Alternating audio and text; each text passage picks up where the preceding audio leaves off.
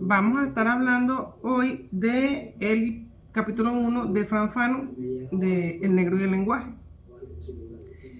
En este capítulo, Fanon quiere plantear por qué el negro se comporta de una manera cuando está con las personas negras y por qué se comporta de otra manera cuando está con los blancos. Él plantea que, bueno, que es una bipartición producto de la colonización, pero sin embargo se dispone aquí a demostrar el porqué del comportamiento. Sigue aquí persistiendo lo que Fanon espera hacer con este libro, con esta investigación, que es sacar a las personas negras de esa falsa creencia de inferioridad. Plantea aquí en El negro y el lenguaje cómo se puede dominar a una población con la imposición del lenguaje del colonizador.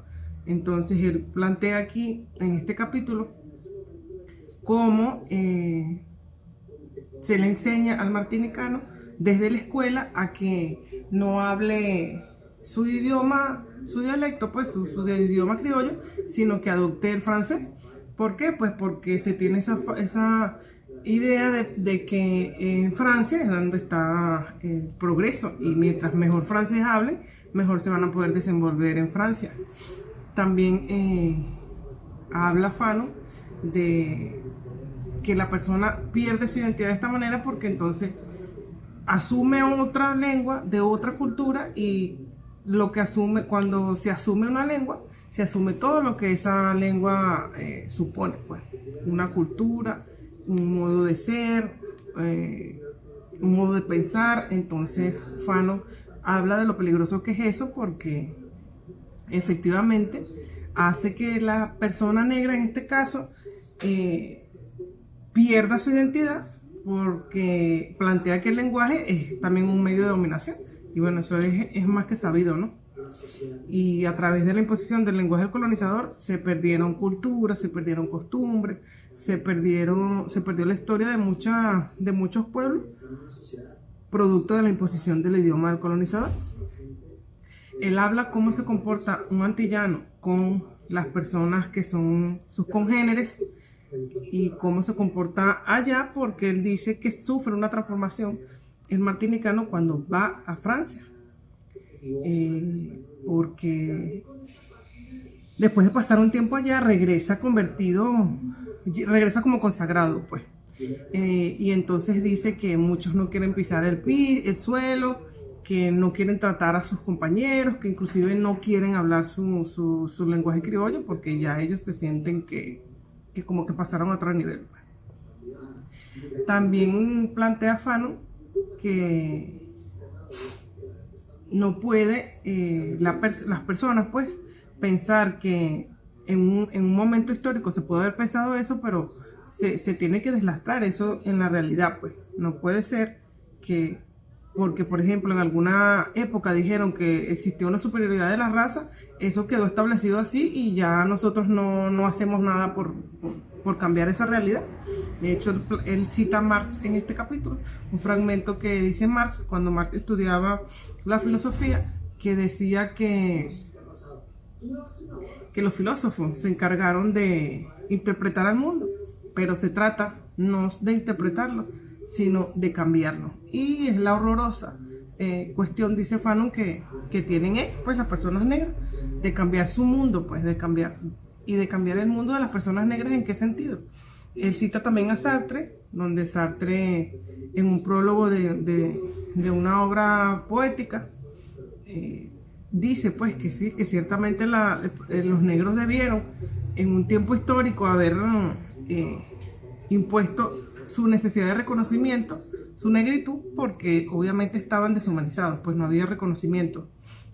Pero también él considera que eso es algo que debió haber sido en un momento y que ya debió haber sido superado. Y aunque sí fuese muy, muy bueno que hubiese sido así, en la realidad no ocurrió de esa forma. Entonces, cuando Fanon cita a estos autores, no es para contrariarlos, sino para decirles que aunque esos planteamientos que ellos hacen realmente no se cumplen, muchas veces para las personas negras y que sigue persistiendo en la historia esas contradicciones, pues.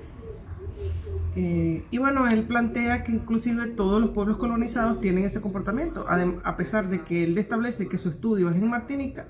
Él también dice que ha visto ese comportamiento repetido en otras personas y habla, por ejemplo, de los congoleños y de los personas de africanas que pueden estar en Martinica y que quieren hablar el dialecto martinicano para confundirse con la población de allí, para pasar por martinicanos. Y los martinicanos se ofenden si los confunden con africanos. Entonces es allí la no comprensión de lo que es la realidad, pues. Ellos se ofenden porque los confundan con africanos, pero seguramente no sería así si los confundieran con franceses. También él plantea que lamentablemente el colonizador en Francia trata a los negros, no los trata con respeto, a pesar de que ellos hablen el idioma, de que vayan y aprendan y adopten el comportamiento, la cultura de Francia. Ellos nunca van a reconocerlos como franceses ni como iguales, pues.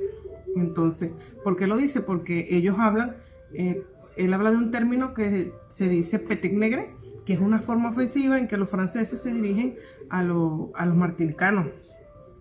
Y él decía que el que le habla en petit negre a un negro es para ofenderlo, es para rebajarlo, es para decirle que no le va a permitir hablar de igual a igual su idioma.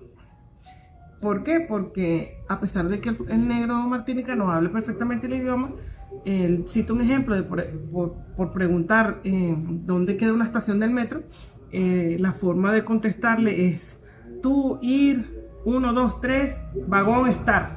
O sea, los trataban de esa manera, les hablaban de esa manera como que si ellos no fuesen capaces de comprender, pero lo hacían a propósito, pues.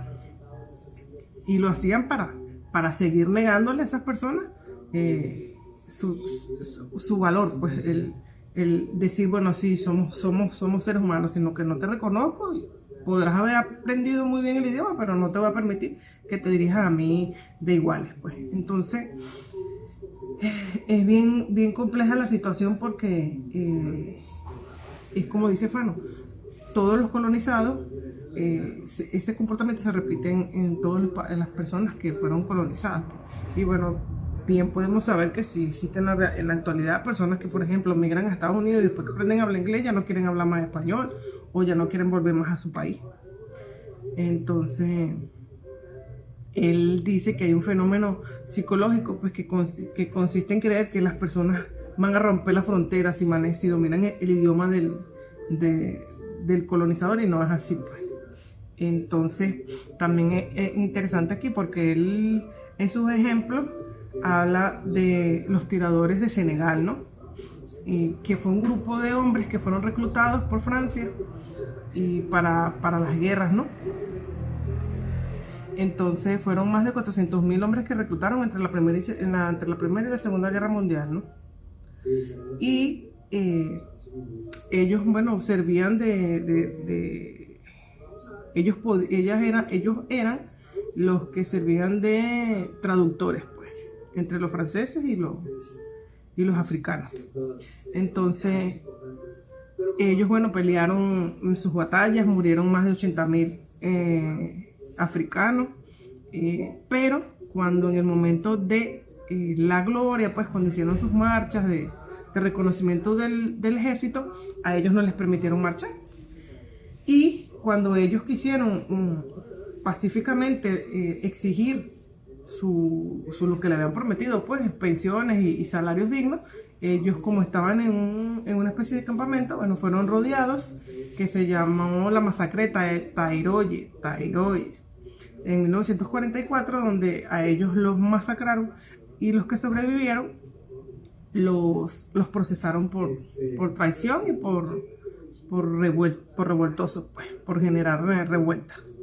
Entonces así fue como Francia le pagó a los más de 400.000 hombres que reclutó de África el que ellos hayan peleado, pues, sus batallas. Entonces, ¿qué quiere decir Fanon con esto? aunque no lo explica en el libro, lo de los tiradores de Senegal, cuando lo investigamos descubrimos que pues, y me imagino que es lo que busca Fanon, que el que lee debe investigar para entender lo que está leyendo. Entonces, pues, ni que pelees sus batallas, ni que hables su idioma, ni que te comportes como ellos, te van a reconocer. ¿Qué quiere Fanon en este capítulo?